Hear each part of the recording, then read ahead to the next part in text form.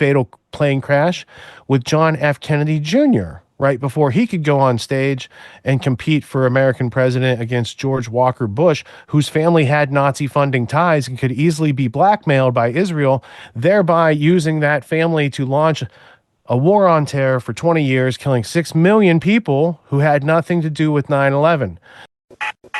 All right, JFK Files Release. Heard it first from probably Jeremy at the quartering, but I need to go to Sabby Sabbs, Sabrina up in Boston. JFK Files expose Israel. Again, I don't know what she's talking about. We're going to have to hear it. And then Candace Owens talking about AIPAC and JFK on the THEO Vaughn podcast, which apparently created like a big stir. I don't know what's going on with that. So we're going to have to check it out. And then we have the American Airlines captain with thousands of flight hours talking about how the hijackers could not have flown the flight patterns as claimed in the official narrative, which again goes back to who has the power, technology, influence to infiltrate national security in this country, cover it up and get away with it. Well, it would have to be some foreign national states that might have blackmail in our country that might be listed in one nation under blackmail. I don't know, but we're going to have to watch it together and figure it out, because these things cannot just be gleaned osmotically. We must be exposed and then thoughtfully respond to what we hear with maybe more questions, and that's where the learning begins, right? So we hear about stuff, we think about it, we start to look stuff up, learning begins, and that's how we solve all the problems and get back everything they took from us. So, without further ado, don't say Israel. Let's go to Sabby Sabbs. So, we knew that there was a push for the release of the JFK files. And I forewarned people that these files are not going to be released without some type of redaction. From the recent JFK file dump, look at this here. CIA has no objection to declassification and or release of CIA information in this document except brackets. So we will look at the brackets. The first bracket here, the Israeli Intelligence Service. So do you see this bracket right here? CIA directors permitted Angleton to run several intelligence projects, many of them with the Israeli Intelligence Service. So we'll go a little bit further here and you'll see what they did not want released. You connect a lot of dots between like Israel and media, right? But do you think that it's just capitalism? Like, don't you think a lot of times it's just business, and that's how business works, is that they're, like it's one of the side effects of capitalism? If that were the case, so the reason why this is different is because Israel is actually the exception. They are the only country that's allowed to lobby Americans. Like everyone else has to register as a foreign agent and under FARA. Like with APAC or whatever? Yeah, so AIPAC, the backstory, by the way, before JFK got shot, he was fighting AIPAC. They were previously called, I'm blanking on this, you can look it up. And he was literally saying you have to register under the Foreign Act. Is that true? Let's look it up. 1000% true, and you should look it up. We should fact check that live. He was fighting with what is today known as APAC. Was renamed AZCPA. I don't know what that stood for. In 1959, AZCPA was renamed AIPAC and American Israel Public Affairs Committee, reflecting a broader membership and mission. Yeah, so JFK told them that they had to register under FARA. And so American Zionist Council, that's exactly what it was called.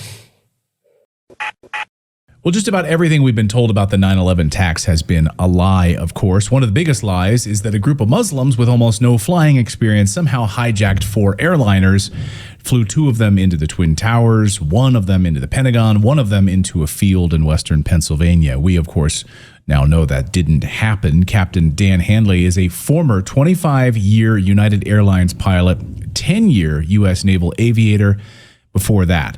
He serves as director and international public spokesperson for the global grassroots effort called the 9/11 Pilot Whistleblowers. And Captain Dan is revealing what exactly happened on that day with those aircraft. And he joins us now. Captain, welcome to the show. Great to have you here on Redacted. Great to be here. I feel a privilege to have you having me on the program. Thank you, Clayton. And thank you Well, for your it's our- courage and do what you do. Well, thank you for your courage and coming forward on this. So I'm sure this is probably not a popular opinion among other major airline company pilots to be talking about this. We've interviewed a number of pilots who've come forward on a variety of issues, and it's always sort of frowned upon to talk about it. So, of course, you came to this and have started talking about this over the past number of years, and put a ton of work and research into this. What was the moment for you that you decided to come forward and talk about this? A group of pilots, and I kind of spearheaded the effort, but a group of us pilots got together and decided that we knew too much about the lies of 9/11 with regard to the pilots. So that's why when we created the grassroots group, because if you go back to the 9/11 Commission, not one pilot was permitted to testify before the commission as to the absurdity of this ludicrous notion that these hijackers flew the aircraft. So this is our intent, to come forth with information that we've collected. All right, so I'm looking up Eddie Shalib in relation to the 9/11 hijacker flight training, and if you guys could help me find that, that could be useful, because then I want to look him up in the 9/11 Commission report, right? I also wanted to mention, they mentioned, as far as remote control airplanes, Operation Aphrodite, and they cite it, which is a good start, because if we go to the history blueprint and we look at Operation, I'll just type in APHRO, Operation Aphrodite, it is a very important event in World War II. Unfortunately, it is the demise of future United States President Joseph Kennedy Jr., JFK's older brother, who was really probably going to be president, and young Jack with, back problems and stuff like that was not on the slate, right? So Joseph Kennedy Sr. may or may not have been friendly with the Nazis, but he was U.S. ambassador to Great Britain, right? So the Anglo-American establishment does not like the Irish. He's Irish. He gets to be ambassador, probably because he had some bootlegging connections. And then he had a son, Joseph P. Kennedy Jr., who died on a remote control airplane called, it was Operation Aphrodite. So it's interesting because World War II, remote control airplane laden with explosives intended to target, right? All the things that happened on 9/11 that they said we never thought airplanes would be used as weapons. Not only have they thought about it, it had been going on for a long time. So Joe Kennedy Jr. died because the plane blew up prematurely. You needed people on board to take off, but afterwards they're supposed to parachute out, at which point the plane could be used as a weapon and explode into targets. And Redacted kind of missed that. They mention it, they talk back and forth, but with the JFK file release, with the Israeli connection, and Aphrodite predates the creation of the state of Israel. It lands it back on the double-cross side of the Anglo-American establishment. The goal to get America back into the empire so they could take over the world was being accomplished by taking Joseph P. Kennedy Jr. off the scene, much as they later had a fatal plane crash with John F. Kennedy Jr., right before he could go on stage and compete for American president against George Walker Bush, whose family had Nazi funding ties and could easily be blackmailed by Israel, thereby using that family to launch a war on terror for 20 years, killing 6 million people who had nothing to do with 9/11. So if you're balancing scales, you got the Nazis who killed 6 million people, and then the people who funded the Nazis bringing up a neocon agenda to go kill 6 more million people. It's a lot of people. Maybe people should pay attention to what's going on. Also, uninterruptible autopilot systems would be developed first for who? Who had a terrorist hijacking problem before 9/11? El Al is famous for never having been hijacked. I would bet, El Al might have been a first buyer for such type of, Lockheed, Honeywell, Northrop Grumman, whoever developed the nonsense that flies planes around without the people and needing to be in control.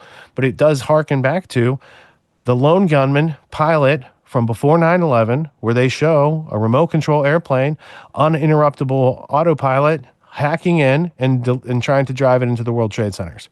So who controls that type of production, quality, and mass distribution of, pilot spin-offs of the X-Files? I don't know, but these are questions to be asked and answered through your own learning process because, reality is the thing we could get in touch with. I want to let you guys comment. I want to go to X and get to Grok and find some information about Philip Zelikow and his PhD on creating public myths, but I'm going to need a second to tee that up. Did you guys find Eddie Shalim by chance? I found some stuff on him. It's he's the flight instructor at Congressional Air Charters in Gaithersburg, Maryland. Correct. How do you spell his name? Eddie, EDDIESHALEV. Oh, A-L-A-V? ALEV. E-V. Shalev. Yeah. Right. I'm going to go to Yeah. 9/11 Commission Report. I mean, really, just like it's just so crazy to hear like these things being like Theo Vaughn is having Candace on talk about APAC, and like the Redacted dude who like came from mainstream news is talking about the USS Liberty, and he's got like 2.8 million subscribers. Like, what? It's really crazy how this is all bubbling up to the surface, and it's like, man, dude, I don't know what the implications of that are, but Well, maybe it avoids World War III because we don't need to be. Totally. But it's like this is the type of stuff that you know a year ago we couldn't say. Did Kanye really just kick the Overton window that far open and we can just talk about it now? Like, do we have Kanye to thank for all this? Like the net and the Yahoo on Alex Jones? Like, is that? See, I'm not finding that guy referenced. I'll have to check the footnotes. And this is also maybe an abridged version of the 9/11 Commission Report. I have other versions over here, so I'll continue checking, but please continue. The abridged version of the abridged investigation. Yeah. Wow. Anyway. I think that anyone who's exercising power can only commit so many atrocities before people can run out of excuses for the atrocities. And you just kind of see this grand noticing of what's really going on. And the propaganda, it's almost like the more we're exposed to it, the more we get inoculated to it. And it's doesn't matter which avenue kind of wakes you up to it. Eventually you go back in history and you see a lot of these machinations tie into this, if you want to call it a master plan, but like definitely somebody's plan to sort of colonize the world into one homogenous super state that has totalitarian control. And it doesn't sound like a fun future. And so anybody who wants to enjoy life and wants to enjoy freedom and connection with family and some sense of autonomy, it makes sense to be aware of this stuff. And you don't have to fight against your neighbor who might think differently, but just like be patient and educate them and bring their awareness around.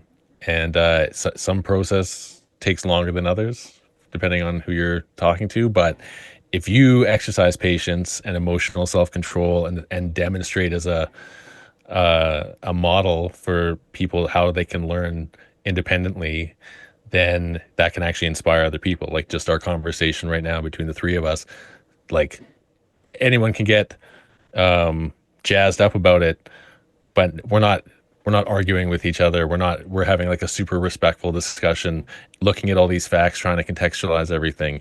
And if you can bring that to your neighbor who you disagree with and not get emotionally heated when you're talking to them, man, persuasive rhetoric can go a lot further than you think.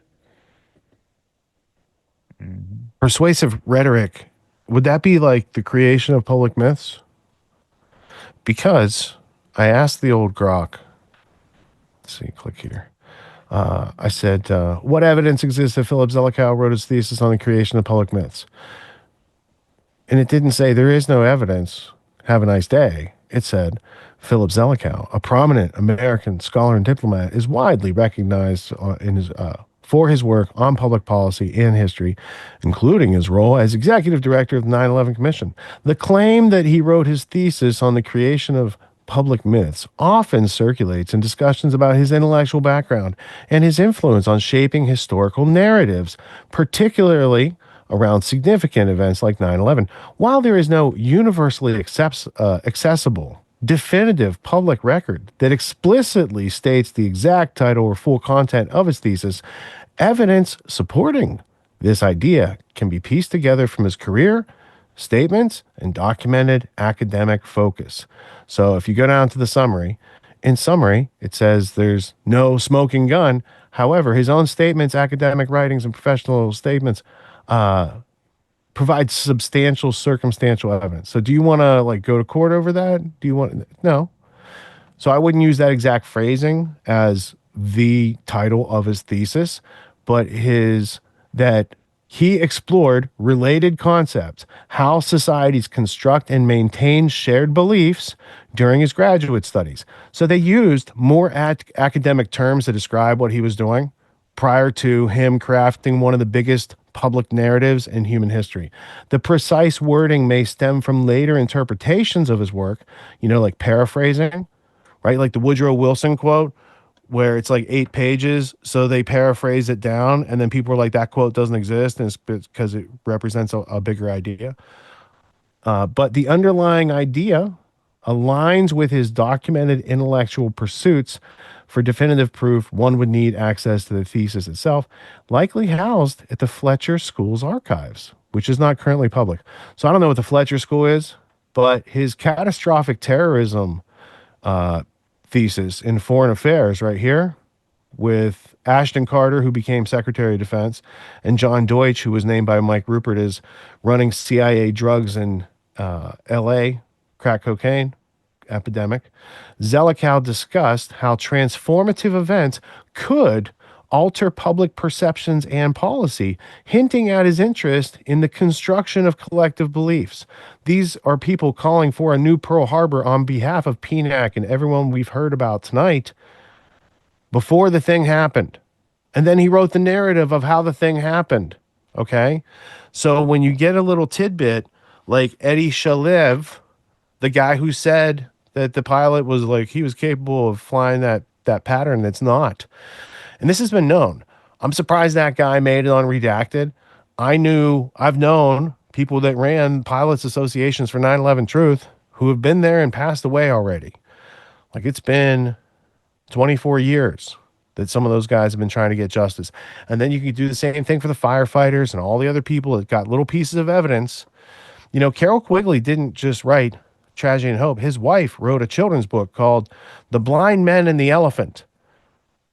They all got a different piece of the elephant. They think it's a different thing. There's a lot connected there. There might be a British elephant in the American living room, and that might also be a Peace Revolution podcast episode you might find to be elucidating, invigorating, but definitely not defecating on the British.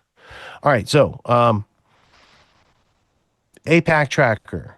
When Candace is talking about the American Zionist Committee, the ANC-USA, or what it was called back in the day, the ability for a foreign nation to do business with the people we elect to protect our rights is kind of like unheard of in American history, that would go on so readily, so prevalently. And yet, if I'm over here on the grok anyway, let me go back home here for a second. Boom.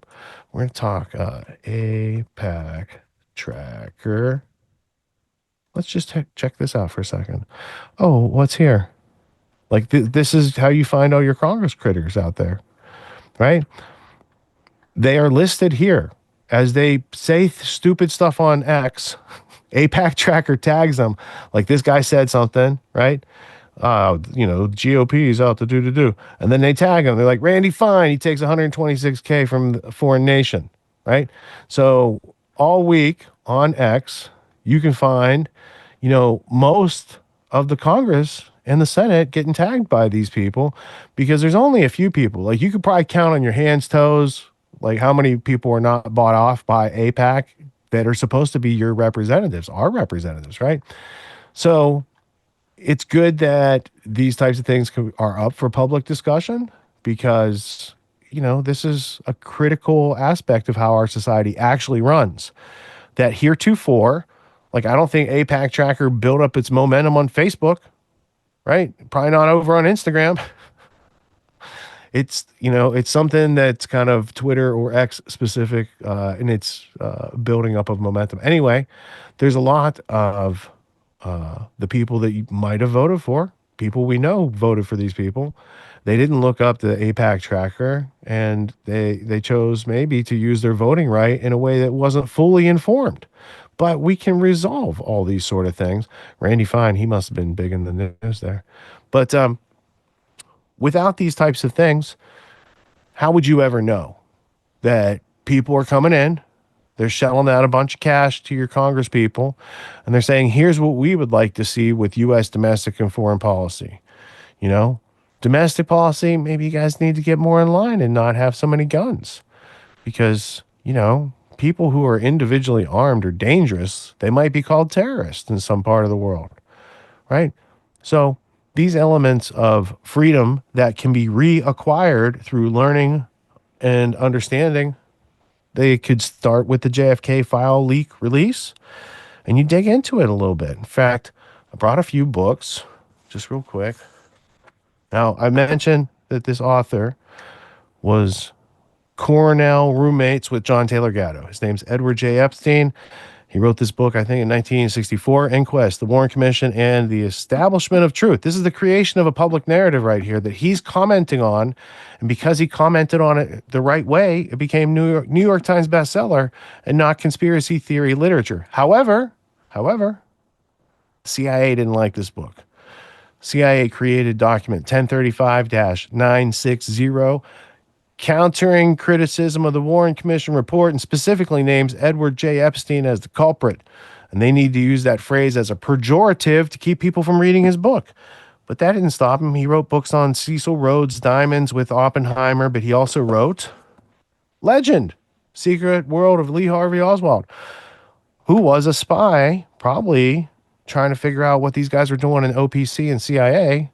And then they figured out he's a spy, and they hung him out to dry and shot him in a very public way. There's also Cold War going on, which was also being funded by the same people who funded the Nazis that were being blackmailed by Israel. Deception, the invisible war between the KGB and the CIA. But we don't include MI6 in that story. But then you've also got Nelson Rockefeller's tenure during Watergate, an agency of fear, leading up to Angleton. Was he right? There might have been a mole, but maybe he was the mole. I don't know.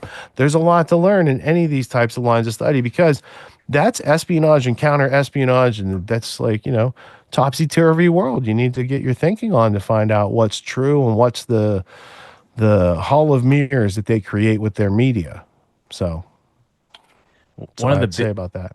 Yeah, one of the big things I learned about Angleton this week was, how he had, I heard he had some involvement in getting materials or technology or information about nuclear bomb development to Israel. Like, that was like in a Senate hearing came out. And then, so you have Kennedy that died in like late November 1963. And then Israel all of a sudden has their nuclear reactor go online Dimona to go online to be able to produce plutonium like a few days later. So that was one of the things, like JFK coincidence, bro. Opposed, APAC, we know about that one. And then he also opposed them developing nuclear weapons. And then once LBJ took over, they were just like, okay, cool, just rubber stamp. Yep, do whatever you got to do. So that was shocking, that just like literally a matter of days. Then they just went full-blown plutonium production. Yeah, the people who killed Kennedy are the people who funded the Nazis, and then the people who blackmailed the people who funded the Nazis. Yeah. It's basically, same they, them, those. They talked about Operation Mongoose, but wouldn't it be interesting to talk about Operation 40, which was an assassination training team that was run in parallel to Operation Mongoose, and it involved a whole bunch of different people that were involved. Here's David Atley Phillips. Do you hear him? Didn't we just talk? We heard a Senate testimony or whatever from the investigation, right? Chile, September 11th, a penchant for dates this multi-generational cult of serial killers has. Whether it's November 22nd or September 11th, they have a penchant for dates. They really like that. And there might be some Iran-Contra, like slush fund stuff that goes on behind the scenes dealing with various alleged terrorists and arms dealers and other people who might be named Khashoggi and sell their boats to Trump, right? There's a whole, like, you know, they wove a tangled web because they aimed to deceive. I know it doesn't rhyme, but it's like a form and function description of what they did. These are big events that continue to precipitate into today. And if you think that the people that are telling you Magic Bullet was the way they killed JFK and not David Atley Phillips, who's the handler of Oswald, he's Lee Harvey Oswald's handler, right? And then when you start to put that together, like, and they also had their own guy clean it up, like somebody, Jack Rubenstein, he knew Oswald and then shot Oswald to close that loop. And at the same time, you got a Rhodes Scholar named Nicholas Katzenbach writing for Bill Moyers and LBJ that Oswald's the lone shooter. So. Yep. Lone shooter, 19 hijackers, case closed. Operation Northwoods also had false hijacking. We heard earlier in the clip about they were going to do a remote control plane and blame it on Soviets. Like, there's multiple pieces of evidence that don't point to box cutters or guys with, different types of clothes that live in caves on the other side of the world. And yet, 6 million people died in that global war on terror, and we still haven't rooted out the real terrorists yet. Maybe someday we will. Maybe. It's almost like people don't want to go to war naturally unless they're sold the idea with a really good story. And all of these things are cooking up official narratives because the powers that be know a good story, quote unquote, with a bunch of supportive evidence is as deep as most people will go, right? If most people believe the news is truth, or at least facts, then it makes sense that just controlling that dissemination of information, you're going to be able to feed some narratives into a lot of people's heads, including manufacturing their outrage and then weaponizing that outrage onto different targets. So I think as people continue to wake up and break free from being programmed by mainstream news, they figure out that they've been manipulated and they start looking at, all right, well, who's manipulating me? Why? What am I being programmed for? They want me to hate this group. What did they actually do to me? Maybe this is a distraction. And yeah, you kind of come to your senses, but it's an evolutionary process.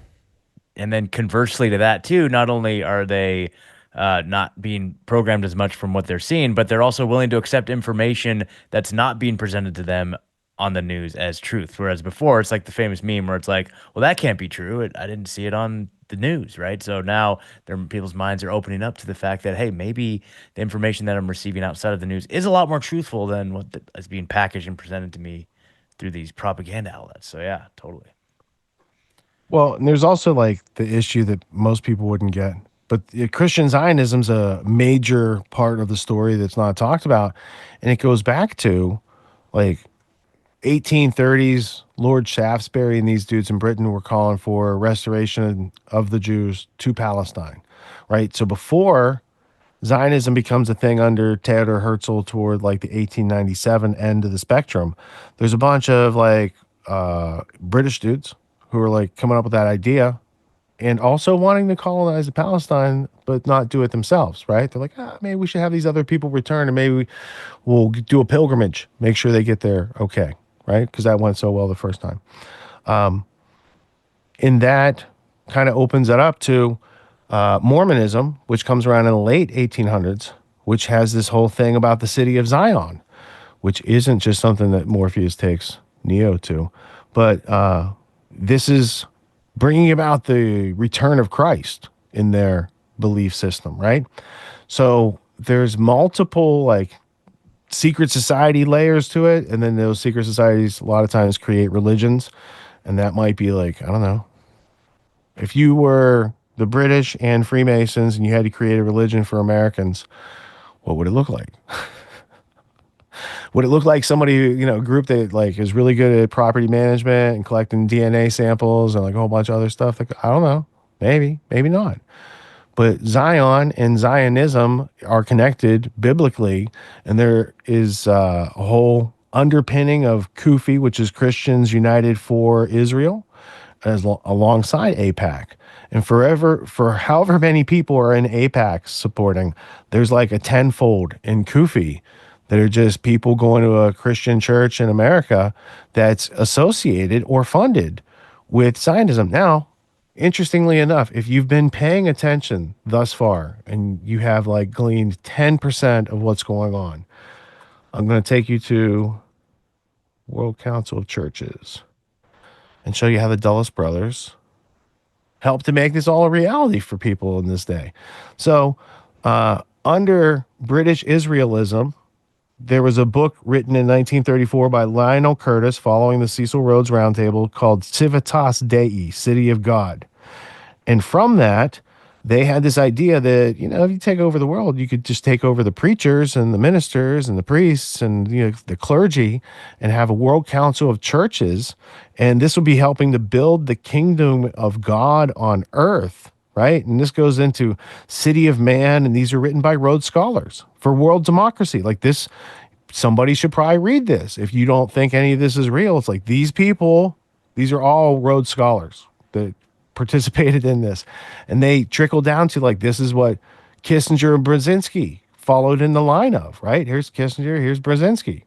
So there's a big plan out there for what they're doing, and they've been doing it. And while you've been saying conspiracy theory and not getting paid by the CIA, but doing the CIA's job, there's a real education to be had out there because these things apparently exist and have meaningful and substantial relevance to what is going on in the world today. Because even those origins of British Freemasonry go back to the Bible.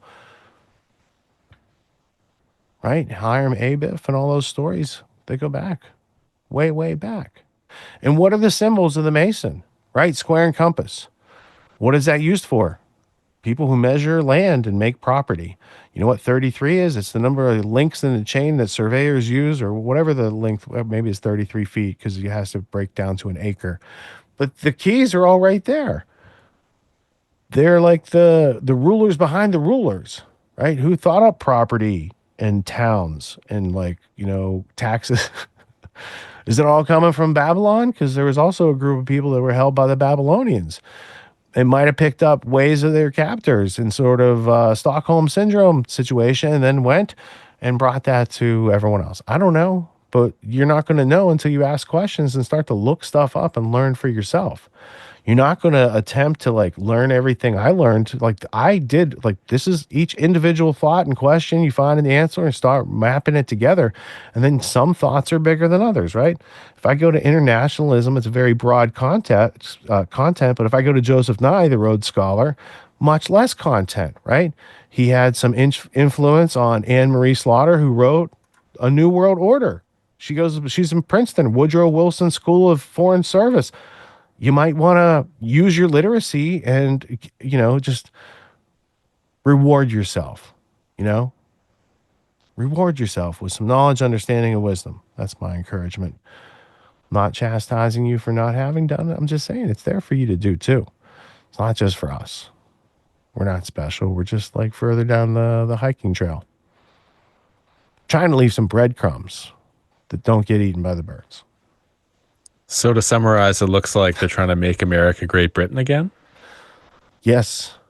In fact, I do have I have a meme with the Queen wearing that hat back before she passed away. I saw. Did you see that? Then yeah, like Trump. They're trying. Yeah, to, that was one of my favorite memes. It was like her wearing that hat, "Make America Great Britain Again," and then people would react to it without even reading the hat. I'm like, no, you really don't get it yet, but you will. At some point, people will get it. America will be America again, without a hand inside puppeteering it. Maybe. We'll see. Foreign Affairs Journal would have you say, no, that's not going to happen. Where is this? Right here. I don't know if we showed it last week, but I'm showing it because it needs to be shown. This is where they're at. These are the Cecil Rhodes people. The center will not hold. How an order ends. It's like a disembodied Adam Smith invisible hand smacking America, right? Just not really Canada, but really just not like in America. Red is not a good cover. Like these are people not winning. These are the same people who brought you catastrophic terrorism myths from Phillips.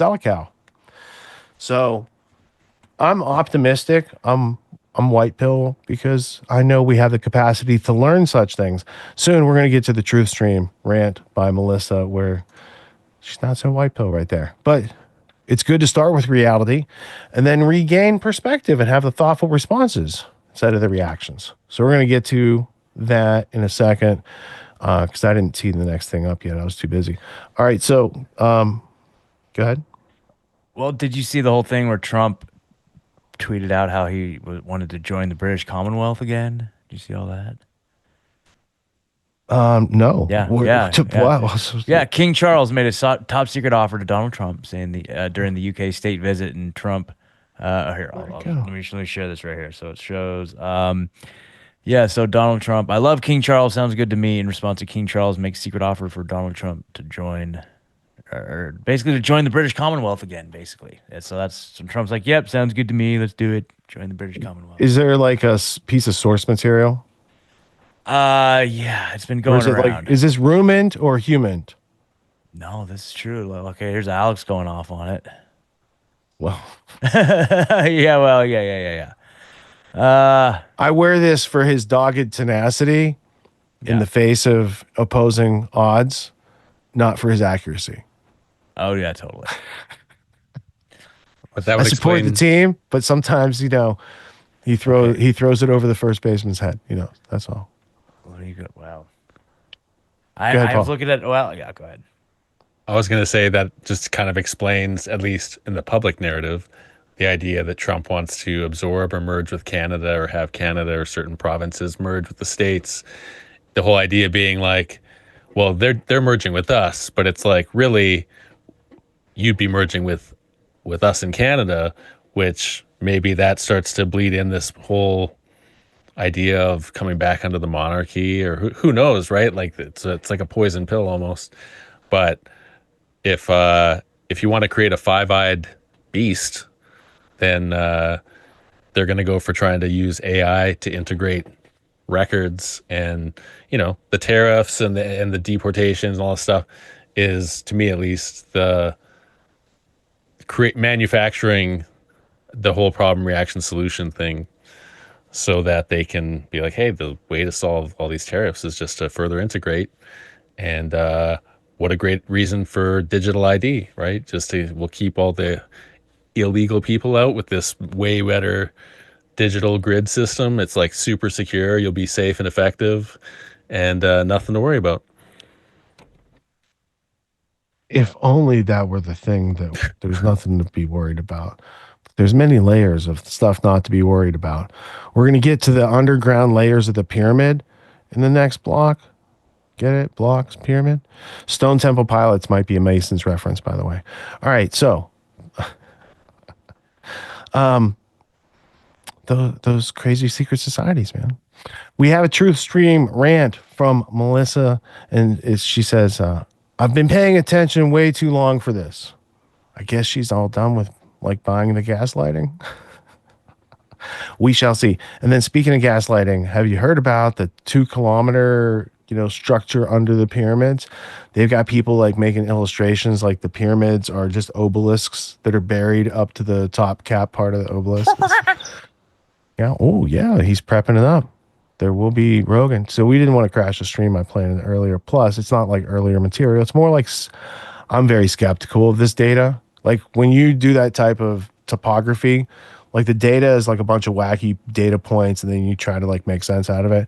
These people made sense out of it in a way that really got a lot of press coverage. Not sure about the accuracy of the claims, but I'll leave it to you because you might not be watching real time. You might be in the future and already know the answers to some of the questions. So, were there any other comments before we move on to this next blockage? Well, I have the proof for what I was saying right here. I had to screenshot the Truth Social because it's not letting me pull it up on my computer. So I'll just pull these up right here. So this is was this actually posted by Trump? Yes, this is actually posted on Trump's Truth Social. So this is hold on. Boom. Okay, so this is a screenshot from a Sun article. Plans are allegedly in the works to make USA the next associate member of the Commonwealth. The International Association, which currently boasts 56 states, could welcome the U.S. as a new member. Very interesting.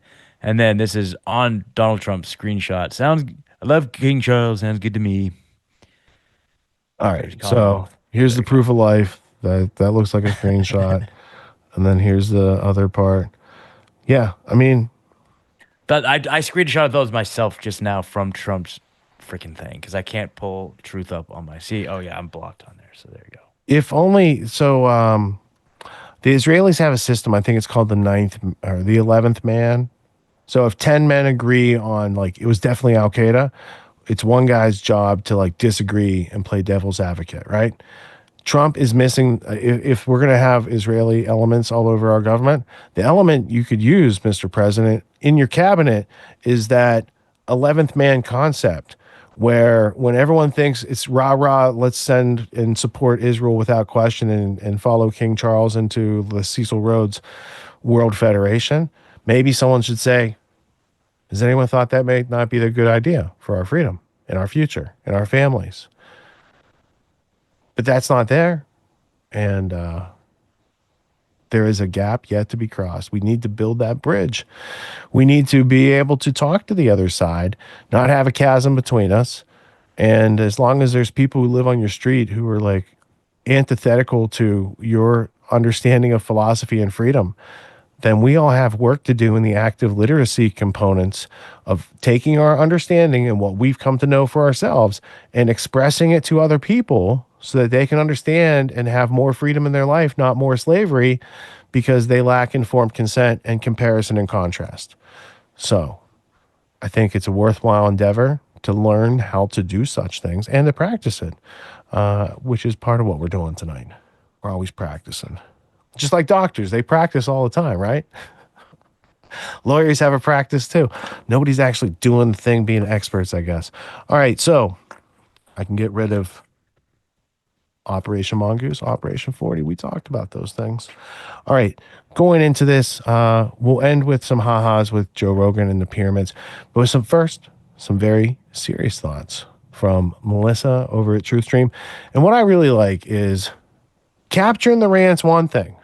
Coming up with B-roll and making it a visually compelling experience is part of the media savvy that TruthStream Media brings to the table on a regular basis.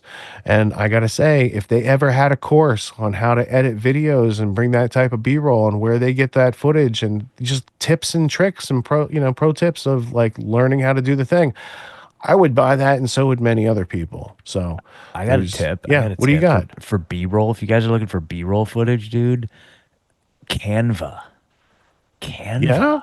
Yes, I use Canva all the time, but I never thought of it like, where am I getting B-roll? If you go to Elements and then you just type in whatever you're looking for, and then there's a video section, dude, it's like millions of clips for the $11 a month subscription. It's the most epic source of B-roll footage out there, as far as I already pay for that, so I'm exactly. So you already have it. Everyone's doing some kind of self-help these days, and you can find a million self-help courses out there.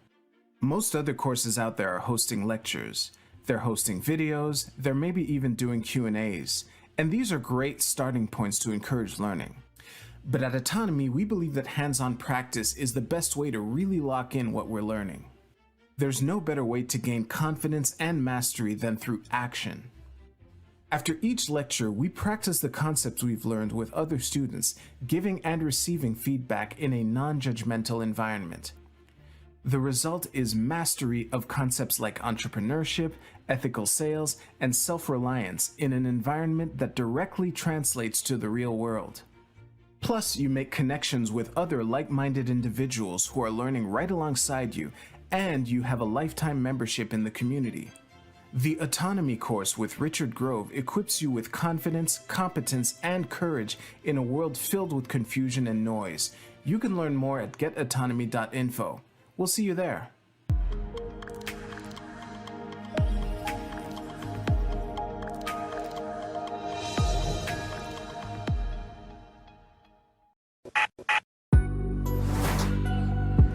What makes the Grand Theft World podcast unique, invigorating, exciting, and informative? Most other podcasts out there are either doing straight up interviews or they're just covering the daily news. They're covering current events from the day they happened. And that is effective. It's useful. It's a great starting point. And then sometimes these current events change during the week past the first story. So we like to give it a little time. You have to wait till some of the dust settles on these stories in order to give them accurate coverage. And the other thing that's really missing in the media landscape is covering the articles that are coming out every day. That's great. That's necessary. But who's bringing in contextual history so that you can understand what has been going on for decades and decades to lead up to the machinations and actions that we see unfolding today? So what we do here on the podcast is we cover current events. Many of these things are censored, but we wait about a week. As a forensic historian, I focused mainly through my career on the history of globalism and collectivism and things that they call maybe the New World Order. There's a lot of facts to these sort of circumstances, groups, events, activities, working groups that they've had over time. So for Grand Theft World listeners, we not only break down the current events, most of which that are censored during the week, we provide you with contextual history, we give you the source notes, the references, we do deep dives, and this really empowers you with an understanding of context and history so that you can make more informed decisions in your life. There's also a community, a membership where you guys can actually ask questions and we can get into the show and we can share evidence. And there's a town hall weekly for Grand Theft World for those who listen to it and are interested in covering the stories that we don't get to during a 6-hour show. Listening to it an hour a day, you could easily consume the week's news, but you're going to have substance and meaning and context and understanding. And with that, you can make higher quality decisions in your life. So if you're interested in more quality in your life, go to grandtheftworld.com, click podcast at the top, and we'll see you there. Thank you. These allegations are false. This isn't Grand Theft Auto, folks. This isn't a video game. What are the most surprising things that you discovered once you started pulling on that thread? Who he was connected to, what institutions he was influential over, what events he participated in? Come on, man. What are we talking about? Come on, man. No. You don't have to think about it, dude. I got this quote because you said you didn't know much about Klaus Schwab. I made it my job to, as soon as this happened, I'm like, okay, this guy's their front man. Let me learn about the official history of the World Economic Forum. I got their 40-year history. I got every book that Klaus Schwab has written or ghostwritten. I went through those books. This is one of the most interesting passages. Come on, man. Come on.